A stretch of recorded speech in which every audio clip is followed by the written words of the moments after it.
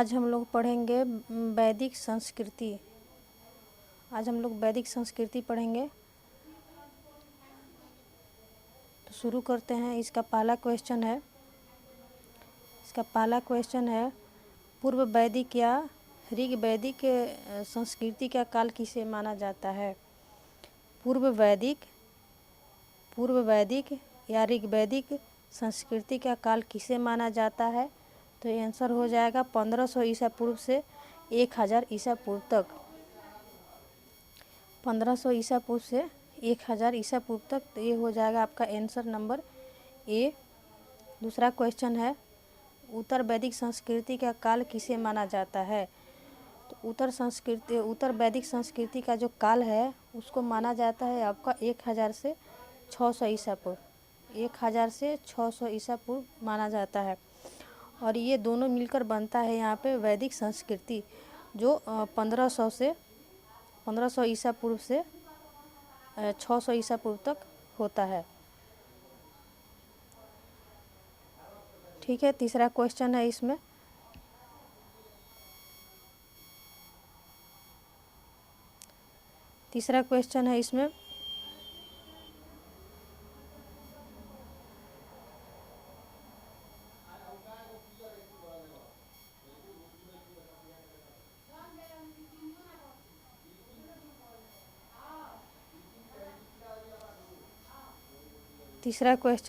आर्य शब्द का शाब्दिक अर्थ है।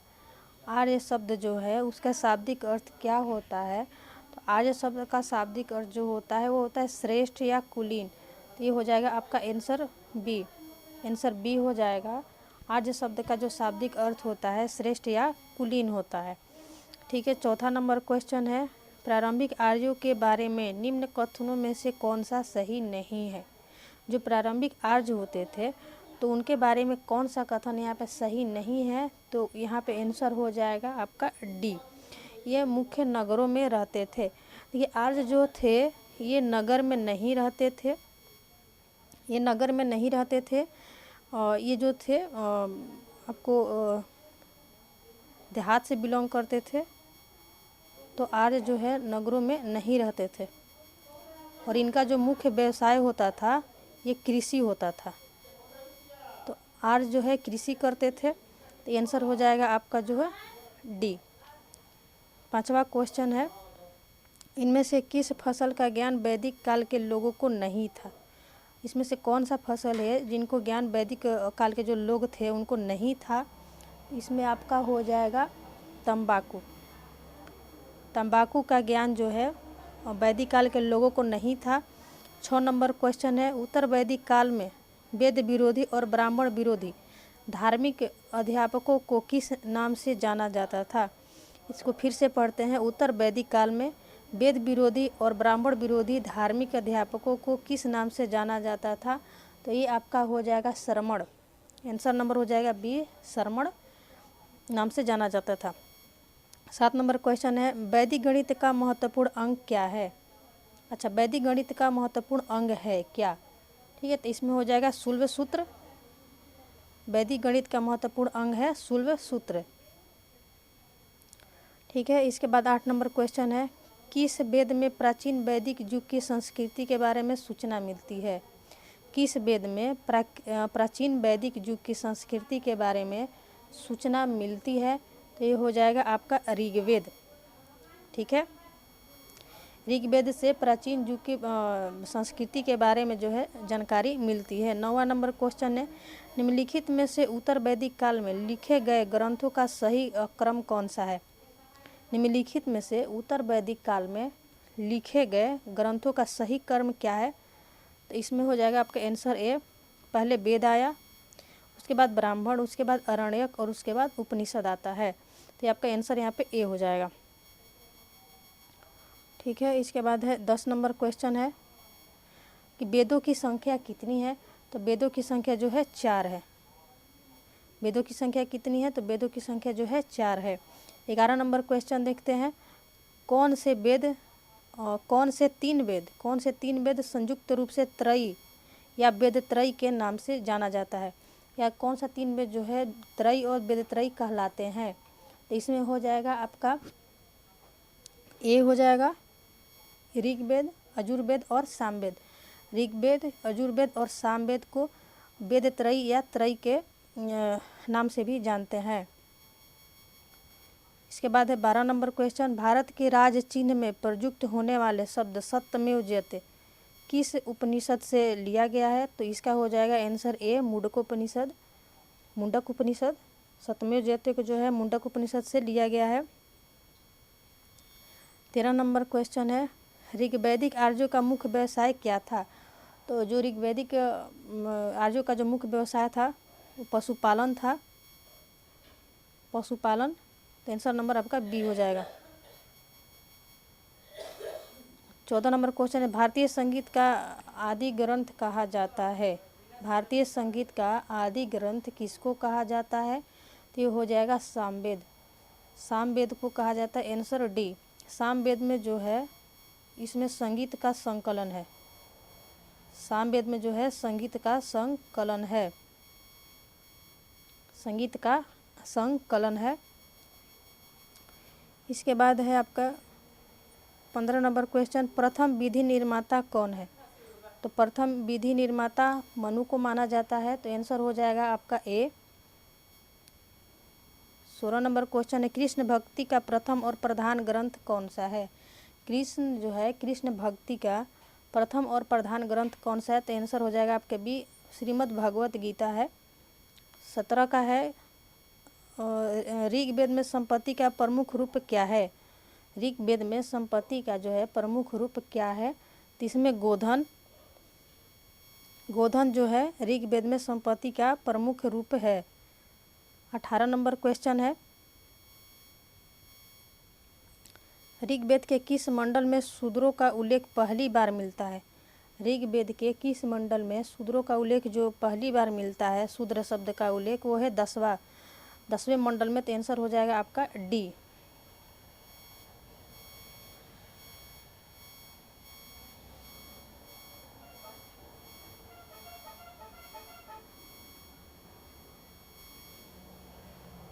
आंसर हो जाएगा आपका डी। यहाँ पर देखते 19 नंबर क्वेश्चन, पुराणों की संख्या कितनी है? 19 नंबर क्वेश्चन है, पुराणों की संख्या कितनी है? तो ये आपका हो जाएगा 18। पुराणों की संख्या जो है 18 है। 20 नंबर क्वेश्चन है, वैदिक धर्म का मुख्य लक्षण इनमें से किसकी उपासना था? वैदिक धर्म का मुख्य लक्षण जो है इसमें से किसकी उपासना था? तो है प्रकृति का। आंसर यहाँ पे ए हो जाएगा, प्रकृति का। 21 नंबर क्वेश्चन है, किस देवता के लिए ऋग्वेद में पुरंदर शब्द का प्रयोग किया गया? तो इसमें आपके हो जाएंगे इंद्र। आंसर नंबर ए हो जाएगा। पुरंदर जो है इंद्र को कहा जाता है, तो यहाँ पे इंद्र हो जाएंगे। देखिए अब यहाँ पे शूल सूत्र किस विषय से संबंधित है? तो शूल सूत्र जो है गणित से संबंधित है। आंसर हो जाएगा आपका सी, गणित से संबंधित है। और जब विषय पूछेगा तो यहाँ पे ज्यामिति हो जाएगा। ठीक है, उसके बाद है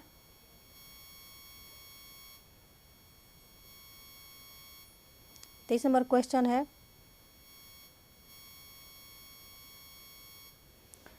23 नंबर क्वेश्चन यहाँ पे, अस्तो माँ सदगम्य, तमसो माँ ज्योतिर्गम्य, मृत्योर्मा अमृतगम्य, ये कथन जो है कहाँ से लिया गया है? तो ये कथन जो है उपनिषद से लिया गया है। आपका आंसर हो जाएगा यहाँ पे ए।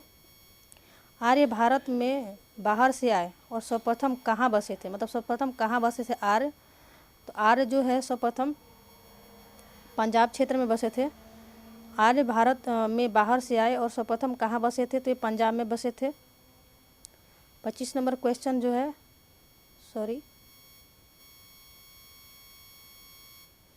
25 नंबर क्वेश्चन जो है इसको मिलान करना है। 25 नंबर क्वेश्चन को मिलान करना है, तो इसमें आपका हो जाएगा आंसर ए। ठीक है, तो यहाँ पे हो जाएगा ऋग्वेद के जो यज्ञ करता है उनको क्या कहा जाता है? होता या होत्री कहा जाता है। यजुर्वेद के जो यज्ञ करता है उनको अधर्व्यु कहा जाता है। सामवेद का उद्गाता या उद्गात्री, और अथर्ववेद को कहा जाता है ब्रह्मा। ठीक है, इसके बाद देखते हैं 26वां क्वेश्चन, वेदों को अपरुष से क्यों कहा गया है? वेदों को जो है अपरुष से क्यों कहा गया है? ये आंसर हो जाएगा ए, क्योंकि वेदों की रचना देवताओं के द्वारा की गई है। वेदों को अपौरुषेय कहने का जो कारण है वो ये है कि क्योंकि वेदों की रचना जो है देवताओं द्वारा की गई है, जिसकी वजह से इसे अपौरुषेय कहा जाता है। 27 नंबर क्वेश्चन है, वैशेषिक दर्शन के प्रतिपादक कौन थे? जो वैशेषिक दर्शन है उनके प्रतिपादक कौन है? तो उल्लूक कणाद है। आंसर हो जाएगा आपका सी। इसके बाद 28 नंबर क्वेश्चन, मीमांसा या पूर्व मीमांसा दर्शन के प्रतिपादक हैं। मीमांसा या पूर्व मीमांसा दर्शन के प्रतिपादक कौन है? तो ये हो जाएगा आपका जैमिनी, ये हो जाएगा जैमिनी। 29 नंबर क्वेश्चन है, वेदांत या उत्तर मीमांसा दर्शन के प्रतिपादक कौन है? वेदांत या उत्तर दर्शन के प्रतिपादक कौन है? तो ये हो जाएगा answer number B, Badarayana. 30 number question है, ऋग्वेद का कौन सा मंडल पूर्णतः सोम को समर्पित है? कौन सा मंडल जो है ऋग्वेद का जो सोम को समर्पित है? तो हो जाएगा 9वां मंडल। और 10वां मंडल में हम लोग पढ़े थे पीछे कि यहाँ पे शूद्र शब्द आया सबसे पहले, और 9वां मंडल जो है सोम को समर्पित है। ठीक है, अब देखिए 31 नंबर क्वेश्चन है कि प्रसिद्ध 10 राजाओं का युद्ध या 10 रागे युद्ध भी बोला जाता है इसको, किस नदी के तट पर लड़ा गया था? ठीक है, प्रसिद्ध 10 राजाओं का युद्ध जिसको 10 रागे युद्ध भी कहा जाता है, ये जो है डी हो जाएगा इसका, परुष्णी नदी के तट पे लड़ा गया था। इसके बाद 32 नंबर क्वेश्चन है, धर्मशास्त्रों में भू राजस्व की दर क्या थी? धर्मशास्त्रों में भू राजस्व की दर क्या थी? तो 1/6 थी। तो आंसर हो जाएगा आपका सी। 33 नंबर क्वेश्चन है, 800 ईसा पूर्व से 600 ईसा पूर्व का काल किस युग से जुड़ा हुआ है? जो 800 ईसा पूर्व से और 600 ईसा पूर्व का काल जो है किस युग से जुड़ा हुआ है? तो आंसर हो जाएगा आपका ए, ब्राह्मण युग से जुड़ा हुआ है।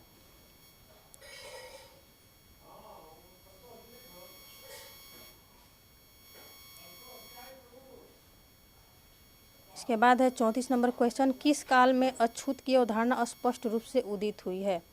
किस काल में जो है अछूत की अवधारणा स्पष्ट रूप से उदित हुई है? तो ये हो जाएगा धर्मशास्त्र के काल में। आंसर डी हो जाएगा आपका। देखिए 35 नंबर क्वेश्चन है, एशिया माइनर स्थित बोगज कोई का महत्व किस लिए प्रसिद्ध है?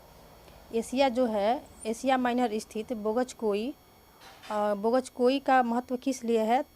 ये आंसर ए हो जाएगा। वहाँ जो अभिलेख प्राप्त हुए हैं उनमें 4 वैदिक देवताओं का नाम उल्लेख मिलता है वहाँ पे। तो पहला जो है इंद्र, वरुण और मित्र और नसत्य। ठीक है, तो आंसर हो जाएगा आपका ए। 36 नंबर क्वेश्चन है, ज्ञात्री मंत्र किस पुस्तक में मिलता है?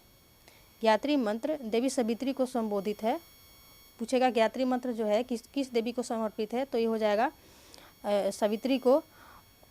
तो ये किस पुस्तक में मिलता है? ज्ञात्री मंत्र किस पुस्तक में मिलता है? तो आपका हो जाएगा ऋग्वेद। आंसर हो जाएगा ए। 37 नंबर क्वेश्चन है, न्याय दर्शन को प्रचारित किया जाता है। न्याय दर्शन को प्रचारित किया जाता है न्याय दर्शन को प्रचारित किया था, किसने किया था? तो ये हो जाएगा बी आंसर, गौतम ने।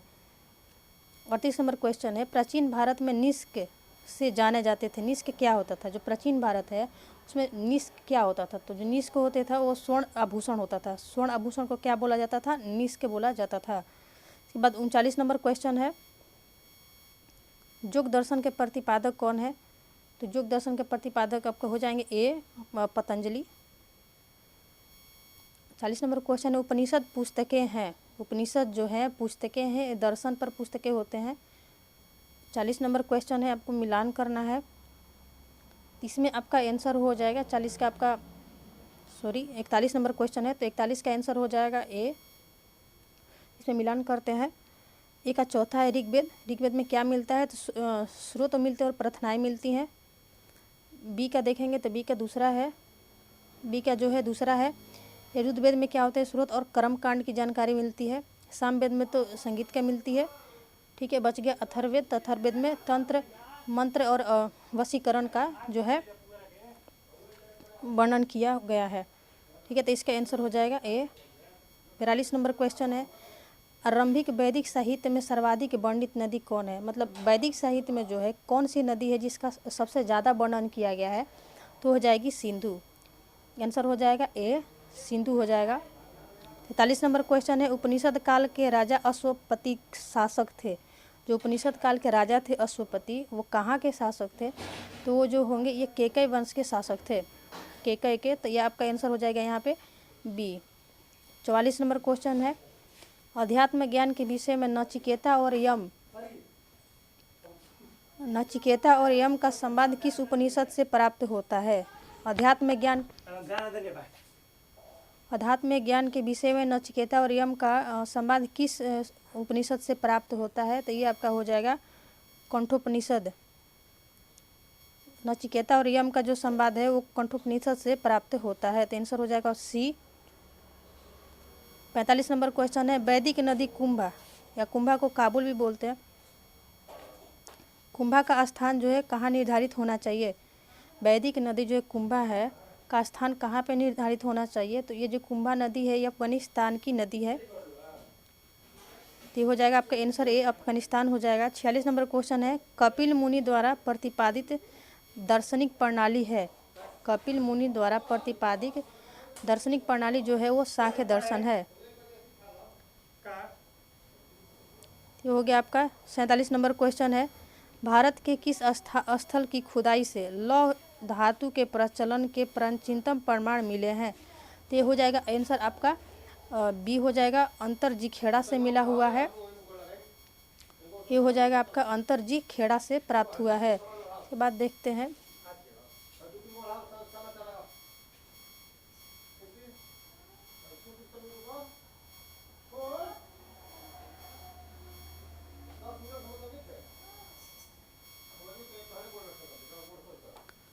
उसके बाद यहाँ पे 48 नंबर क्वेश्चन है, निम्नलिखित में से किसका संकलन ऋग्वेद पर आधारित है? इसमें से किसका संकलन जो है ऋग्वेद पर आधारित है? तो वो है सामवेद। आंसर हो जाएगा आपका बी, सामवेद का संकलन जो है ऋग्वेद पर आधारित है। ठीक है। 49 नंबर क्वेश्चन है, निम्नलिखित में से कौन प्रस्थान त्रयी में शामिल नहीं है? निम्नलिखित में से कौन जो है प्रस्थान त्रयी में शामिल नहीं है? तो इसमें हो जाएगा आपका हो जाएगा भागवत। ये हो जाएगा आंसर। 50 का है, कर्म का सिद्धांत संबंधित है। कर्म का सिद्धांत जो है किससे संबंधित है? तो ये आपका हो जाएगा मीमांसा से। बी हो जाएगा आंसर। कर्म का सिद्धांत किससे संबंधित है?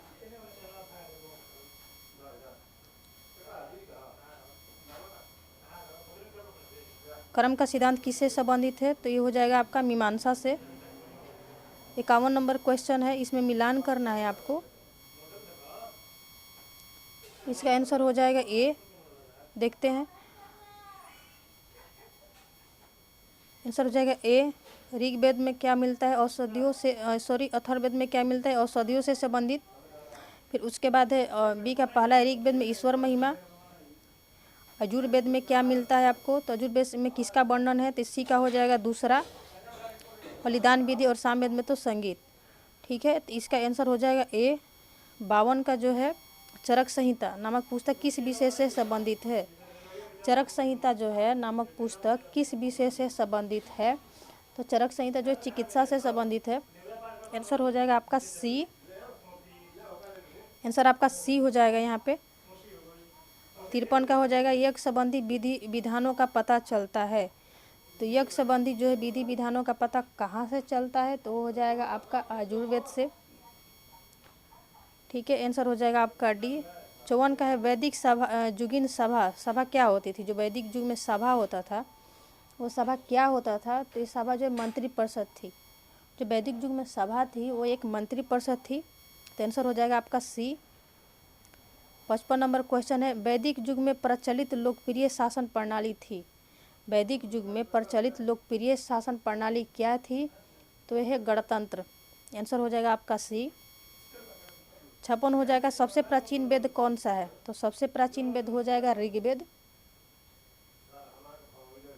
मतलब क्वेश्चन ये हो जाएगा आंसर यहाँ पे, सबसे प्राचीन वेद ऋग्वेद हो जाएगा। 57 नंबर क्वेश्चन है, निम्नलिखित में से कौन भारतीय दर्शन के आरंभिक विचारधारा है? निम्नलिखित में से कौन जो है भारतीय दर्शन के आरंभिक विचारधारा है? तो हो जाएगा ए, सांख्य हो जाएगा। क्या हो जाएगा? 57 का सांख्य हो जाएगा। 58 नंबर क्वेश्चन है, सांख्य, योग, न्याय, वैशेषिक, मीमांसा और वेदांत इन 6 भिन्न भारतीय दर्शन की स्पष्ट रूप से अभिव्यक्ति हुई है। किस युग में हुई है? तो वैदिक युग में हुई है। आपका आंसर हो जाएगा ये ए, वैदिक युग में हुई है। 59 नंबर क्वेश्चन है, निम्नलिखित में से वह दस्तकारी कौन सी है जो आर्यों द्वारा व्यवहार में नहीं लाई गई थी? इनमें से कौन वह दस्तकारी कौन सी है जो आर्यों द्वारा व्यवहार में नहीं लाई गई थी? तो ये हो जाएगा आपका लुहार। ठीक है, लुहार या लुहारगिरी। आंसर हो जाएगा आपका डी। 60 नंबर क्वेश्चन है जो कि आपको मिलान करना है, तो इसमें आपका आंसर हो जाएगा ए। यहाँ पे आजुर्वेद में क्या चीज ऋग्वेद से संबंधित है, धनुर्वेद जो है आजुर्वेद से संबंधित है, ये उपवेद है, इधर जो है उपवेद का नाम दिया गया है और संबंधित वेद का नाम दिया गया इधर, जो कि मिलान करना है। तो आजुर्वेद का हो जाएगा ऋग्वेद, ठीक है, धनुर्वेद का हो जाएगा आजुर्वेद और गंधर्व वेद का हो जाएगा सामवेद और शिल्प या अर्थशास्त्र का हो जाएगा अथर्ववेद। ठीक है, एक बार फिर से मिला लेते इसको। आंसर हो जाएगा आपका ए, आयुर्वेद का हो जाएगा ऋग्वेद, धनुर्वेद का हो जाएगा यजुर्वेद और गंधर्व वेद का हो जाएगा सामवेद और शिल्प वेद या अर्थशास्त्र का हो जाएगा अथर्ववेद। तो ये हो गया आपका 60 क्वेश्चन हो गया और आगे का क्वेश्चन जो है हम अगले वीडियो में देखेंगे।